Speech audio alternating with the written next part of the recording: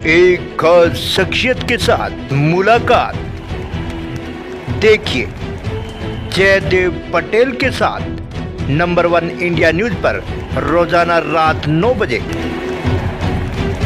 नमस्कार व्यूअर्स, मैं जयदेव पटेल और आप देख रहे हैं नंबर 1 इंडिया न्यूज। आपका एक बार फिर स्वागत है एक खास शख्सियत के साथ मुलाकात प्रोग्राम में। आज हम बात करेंगे उत्तराखंड के मुख्यमंत्री पुष्कर सिंह धामी की तरफ से बीती रात को उत्तराखंड के 17 क्षेत्रों के नाम बदलने का फैसला लिया गया है, जिसमें 13 गांव हैं, 2 क्षेत्र नगर निगम में आते हैं, तो 2 सड़कें हैं जो कि नैनीताल जिले में आती हैं। इसके पीछे क्या कुछ वजह है, इन्हें तामुद्र बातों के लिए हमारे साथ खास मेहमान है प्रेमचंद अग्रवाल। प्रेमचंद अग्रवाल जी, आपसे मेरा पहला सवाल है कि उत्तराखंड सरकार की तरफ से जो अहम जो फैसला लिया गया, 17 स्थानों के नाम जो बदले गए हैं, इसके क्या मायने आप देखते हैं? देखिए, मुझे पहले अपने माननीय मुख्यमंत्री आदरणीय पुष्कर सिंह धामी जी का बहुत ही अभिनंदन करना है कि उन्होंने बहुत ही ऐतिहासिक फैसला ये लिया है। आप जानते हैं जिस प्रकार से माननीय धामी अच्छे निर्णय के लिए और ठोस निर्णय के लिए और कड़े निर्णय लेने के लिए जाने जाते हैं, उसी आधार पर उन्होंने ये जो नाम बदलने का निर्णय लिया। और अच्छी बात यह है कि हम लोग आजकल जो हमारा 30 मार्च से हिंदू नववर्ष शुरू हुआ है, नवरात्रि शुरू हुए, उस दौरान उन्होंने बहुत सुंदर फैसला लिया है, एक ऐतिहासिक उन्होंने निर्णय लिया। मैं उनको बहुत बधाई दे रहा हूँ। और इसके लिए तो मैं एक ही बात कह सकता हूँ कि एक जो हमारा उत्तराखंड है, ये देवभूमि के साथ साथ वीरों की भूमि भी है। और हम लोग सभी उत्तराखंड वासी भगवान राम को मानने वाले लोग हैं, अपने महापुरुषों का सम्मान करने वाले लोग हैं, अपनी संस्कृति को मानने वाले लोग हैं। ऐसे में संस्कृति के परिचय के रूप में, महापुरुषों के नाम के रूप में भगवान श्री राम और ऐसे के नाम के आधार पे जो ये फैसले लिए हैं, तो ये दर्शाता है कि ये पूरी जनता का जो स्वभाव है, जो भाव है, उसका उन्होंने सम्मान किया है। मैं इसको बहुत अच्छा फैसला मानता हूँ, बहुत ही उनको बधाई देना चाह रहा हूँ जी।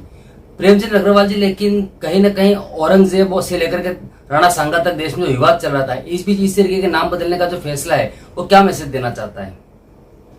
नहीं, आप सब जानते हैं ये बहस होना, ये विषय आना एक अलग विषय है। इससे भारत के लोग या भारतीय लोग, इसका उनसे कोई लगाव नहीं है। औरंगजेब के बारे में सभी ने कहा है, चाहे कोई भी पार्टी का व्यक्ति हो, उन्होंने औरंगजेब को एक क्रूर शासक के रूप में उनकी संज्ञा दी है जी। वो विषय अलग हो सकता है, उनकी कब्र और उनकी वो सारी चीज, वो उस पे हम देवभूमि के लोग पछड़े में नहीं पड़ना चाहते, लेकिन हम तो यही कह सकते हैं कि औरंगजेब के प्रति हमारे उत्तराखंड वासियों की, देशवासियों कोई उनके प्रति सद्भावना नहीं है, उनके प्रति कोई भी लगाव नहीं है। तो ऐसे में औरंगजेब का तो नाम यहाँ पे रखा ही नहीं जाना चाहिए था। और यदि हम अपने महापुरुषों के नाम से यहाँ की सड़कें रख रहे हैं, और यदि हम अपने आराध्य देव के नाम से यहाँ सड़कें रख रहे हैं, या कोई मार्ग का नाम या अन्य काम कर रहे हैं, तो ये तो एक बहुत ही अच्छा फैसला है। बल्कि मैं तो ये भी चाहूंगा अपने माननीय मुख्यमंत्री जी से कि हम तो उत्तराखंड के जो लोग हैं, यहाँ तो वीरों की भूमि के रूप में भी जानते हैं। हमारे बहुत से वीर यहाँ पैदा हुए हैं, जिनको इस प्रकार से यहाँ के जो जनरल तक यहाँ से बने हैं। तो ऐसी स्थिति में उनके भी नाम रखे जाने चाहिए। जो उत्तराखंड बना है उसमें हमारे बहुत से लोग शहीद हुए हैं, उनके नाम पे भी रखे जाने चाहिए, ताकि आने वाली जो जनरेशन है उनको भी याद कर सके। क्योंकि ये कोई सामान्य हमारे राज्य का गठन हुआ ऐसा नहीं है। हमारे बहुत से लोगों ने शहादत दी, मैं उनको प्रणाम कर रहा हूँ, उनको याद भी कर रहा हूँ, और निश्चित रूप से उनके भी नाम से रखे जाएंगे तो ये और अच्छा मैसेज हमारे उत्तराखंड के लिए होगा जी। प्रेमचंद अग्रवाल जी, कहीं ना कहीं उत्तराखंड सरकार के नाम बदलने के फैसले को लेकर के कांग्रेस पार्टी हमलावर है। उनका कहना है कि नाम बदल लेने से क्या जो लचर कानून व्यवस्था है, महिलाओं की सुरक्षा का जो सवाल है, या फिर अवैध खनन का जो मामला है, क्या उस पर जो आरोप लग रहे हैं, क्या वो खत्म हो जाएंगे? नहीं, कांग्रेस के पास कोई मुद्दा नहीं है। कांग्रेस मुद्दाहीन पार्टी है। आप इस बात को इस रूप में दे सकते हैं कि जनता उनको नकार चुकी है। चाहे लोकसभा के चुनाव हो, चाहे हमारे विधानसभा के चुनाव हो, चाहे अभी स्थानीय निकाय के चुनाव जो संपन्न हुए हो, जनता उनको नकार चुकी है, क्योंकि उनको जनता के सरकारों से कोई मतलब नहीं है। जहां तक आपने खनन की बात की है, खनन तो आप देखिए कि अभी माननीय धामी साहब ने भी और हमारे अधिकारियों ने भी बताया है कि राजस्व पिछले वर्ष की भांति इस बार और बढ़ा है, बड़ी संख्या में बढ़ा है। तो ऐसे में ये कोई मुद्दा नहीं है। और जहां तक लचर कानून व्यवस्था है, मुझे लगता है कि मैंने तो विधानसभा में भी इसका जवाब दिया था कि आज अनेकों राज्यों की अपेक्षा हमारे उत्तराखंड राज्य की कानून व्यवस्था नियंत्रित है। अन्य राज्यों की अपेक्षा हमारे यहाँ लोग सुरक्षित हैं, अन्य राज्यों की तुलना में हमारे यहाँ की महिलाएं बहुत सुरक्षित हैं। तो ये तो कोई मुद्दा नहीं है। लेकिन कांग्रेस यदि इसका सवाल उठाती है तो अपने गृहबान में झांके, जब उनकी सरकार थी तब यहाँ की क्या स्थिति थी। और उनको तो हमेशा भगवान राम से चिढ़ रही है, उनको तो हमेशा हमारे जो महापुरुष रहे हैं उनको वो उनका नाम लेना नहीं चाहते हैं।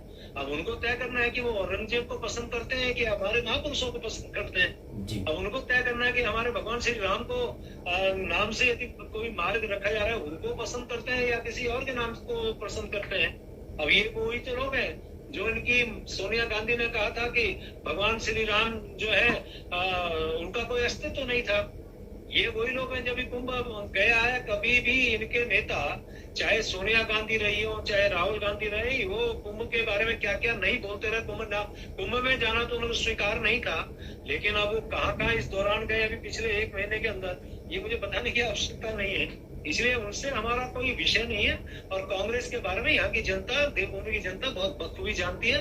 हाल तो पूरे देश की जनता उनके बारे में जानती है। जी प्रेमचंद अग्रवाल जी, आपसे मेरा एक आखिरी सवाल है कि कल 12 बजे लोकसभा में कहीं न कहीं वक्त संशोधन बिल है वो पेश किया जाएगा। इसको लेकर पूरे देश भर में जो विपक्ष है वो हंगामा क्रिएट कर रहा है और इसको लेकर सियासी संग्राम कहीं छिड़ चुका है।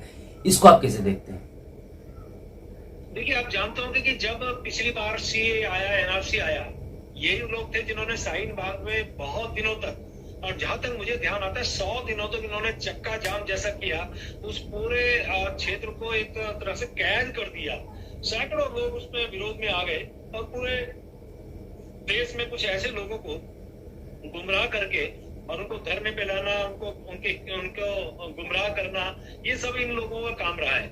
आज वही स्थिति ये इस वक्फ बोर्ड का जो संशोधन बिल आ रहा है उस पर अभी से भ्रामक प्रचार कर रहे हैं। मैं अभी एक चैनल पे देख रहा था, एक मुस्लिम बंधु ने ये कहा कि पहले उसको आ तो जाने दीजिए, उसके संशोधन के बाद उसमें क्या होने वाला है तब हम अपनी राय रखें। यानी कि उनको अभी पता नहीं है। सिर्फ एक वो कहावत है हमारी गांव की भाषा में कि कौवा कान ले गया, कौवा कान ले गया, और कौवा कान ले गया कर हम कौवे की तरफ भाग रहे हैं, कान को नहीं देख रहे हैं। आप क्या होने वाला उसको नहीं देख रहे हैं। वो किसी ने कह दिया तो उसी के पीछे हम भाग रहे हैं। लेकिन मैं इनसे आग्रह करना चाहता हूँ, ये वक्फ बोर्ड जो वक्फ संपत्ति है ये यतीम लोगों के लिए थी, ये बेवा महिलाएं जो थी उनके लिए सदुपयोग हो सके, उनके काम पे आने वाली ये संपत्तियां थी। लेकिन आज कौन लोग इस पे काबिज है? जितने मुस्लिम भाइयों ने इसके खिलाफ जो है इस पे खिलाफत की है, लेकिन उस पे ध्यान नहीं जा रहा है। लेकिन मेरा ये मानना है कि आज जितनी बड़ी संपत्ति वक्फ बोर्ड के पास है, जहां तक मेरी जानकारी है कि देश के अंदर सेना और रेलवे के बाद तीसरे नंबर पे वक्फ बोर्ड के पास अचूक संपत्ति है। अब उसका कितना उपयोग हो रहा है, कितना सदुपयोग हो रहा है, उससे कितनी इनकम होनी चाहिए, कितनी इनकम कम हो रही है, इस पे किसी का ध्यान नहीं जा रहा है।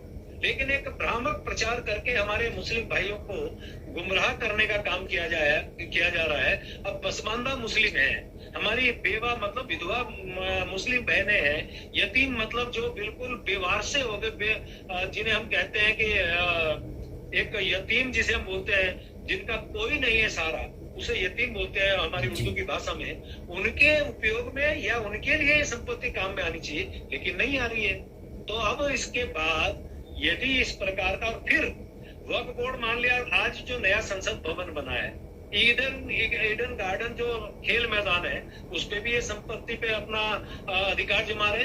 तो क्या ये सही है? क्या इसके लिए एक डिस्ट्रिक्ट मजिस्ट्रेट को उसमें शामिल किया जा रहा है? और उसके बाद यदि कोई भी उस संपत्ति के बारे में गलत बोलता है तो अपने कागज पेश करने के बाद फिर इसका निर्णय कोर्ट में होगा। जिस कोर्ट पे हम भरोसा करते हैं, जिस संविधान पे हम भरोसा करते हैं, जो संविधान की दुहाई देने वाले लोग थे, वो आज क्यों संविधान के खिलाफ इन लोगों को भड़का रहे? तो मेरा ये मानना है, ये निश्चित रूप से सामान्य जो गरीब हैं, मुस्लिम भाई जो यतीम हैं, जो बेवा बहनें हैं, या इस प्रकार के जो पसमानदा मुस्लिम भाई बहन हैं उनके हित में ये फैसला होने वाला है। और मैं तो एक बात जानता हूँ, ये सामान्य जितने भी गरीब मुसलमान हैं, मुस्लिम भाई बहन हैं, उनके हक में होने वाला है। और जिस प्रकार से 3 तलाक जो हमारी मुस्लिम बहनें जिनको 3 बार तलाक तलाक तलाक कह दिया और उनसे आप संबंध विच्छेद कर देते हैं और किस प्रकार से दुर्गति उस बहन की होती है, ये उसी प्रकार का भ्रामक प्रचार इसमें कर रहे हैं। लेकिन माननीय मोदी जी जो हमारे एक विश्व के एक सर्वप्रिय लोकप्रिय नेता हैं, जो देश के प्रधानमंत्री हैं, वो हिंदू हो चाहे मुस्लिम हो, सबके विकास के लिए बात करते हैं, सबके विश्वास की बात करते हैं। वो एक बहुत बड़ा संशोधन, अब आप जानिए ना, उससे पहले इन्होंने जो जेपीसी गठित की, उस जेपीसी की अनेकों बैठकें हुई, सभी पार्टियां उसमें शामिल हुई, अपने सभी ने अपने अपनी बातें रखी, संशोधन रखा, स्टेक होल्डर से बात की। 30 जनवरी को जेपीसी ने अपनी रिपोर्ट प्रस्तुत की। 27 फरवरी को हमारे केंद्र की जो कैबिनेट है उसने इसको पारित किया। और अब यदि लोकसभा में आ रहा है तो फिर लोकसभा उसको तय करेगी, राज्यसभा उसको तय करेगी, फिर राष्ट्रपति जी के पास जाएगा। अभी प्रक्रिया बाकी है, उससे पहले आप विरोध कर रहे हैं, ये तो बिल्कुल ठीक बात नहीं है। आप जानकारी रखिए, पूरी चीज समझिए और उसके बाद अपनी बात करिए। अब आप देखिए ना, ईद का कितना एक ऐसा ईद का मौका खुशी का मौका होता है। ईद का मतलब प्रेम भाव फैलाने वाला, एक आपस में प्यार बांटने वाला, खुशियां बांटने वाला त्योहार होता है। उसमें किस प्रकार के उद्दंडता करने का काम किया, लोगों ने काली पट्टी बांध के इसका विरोध करने का काम किया, किस प्रकार से आपने उस भाईचारे को खत्म करने का काम किया। और ये बहुत ज्यादा लोग नहीं है, ये बहुत थोड़े लोग हैं जो गुमराह कर रहे हैं हमारे सामान्य लोगों को। निश्चित रूप से उनको समझना चाहिए। और मैं समझता हूँ कि माननीय प्रधानमंत्री जी का एक स्पष्ट वाक्य है, सबका साथ, सबका विकास, सबका विश्वास और सबका प्रयास, ये उसी में शामिल हो जाएगा। और मुझे लगता है कि ये बिल सबके हित में होगा, यानी मुस्लिम भाई बहनों के हित में होगा, इसको समझना चाहिए। जी, प्रेम चंद अग्रवाल जी, आपने हमारे लिए समय निकाला, उसके लिए आपका बहुत बहुत धन्यवाद। Thank you.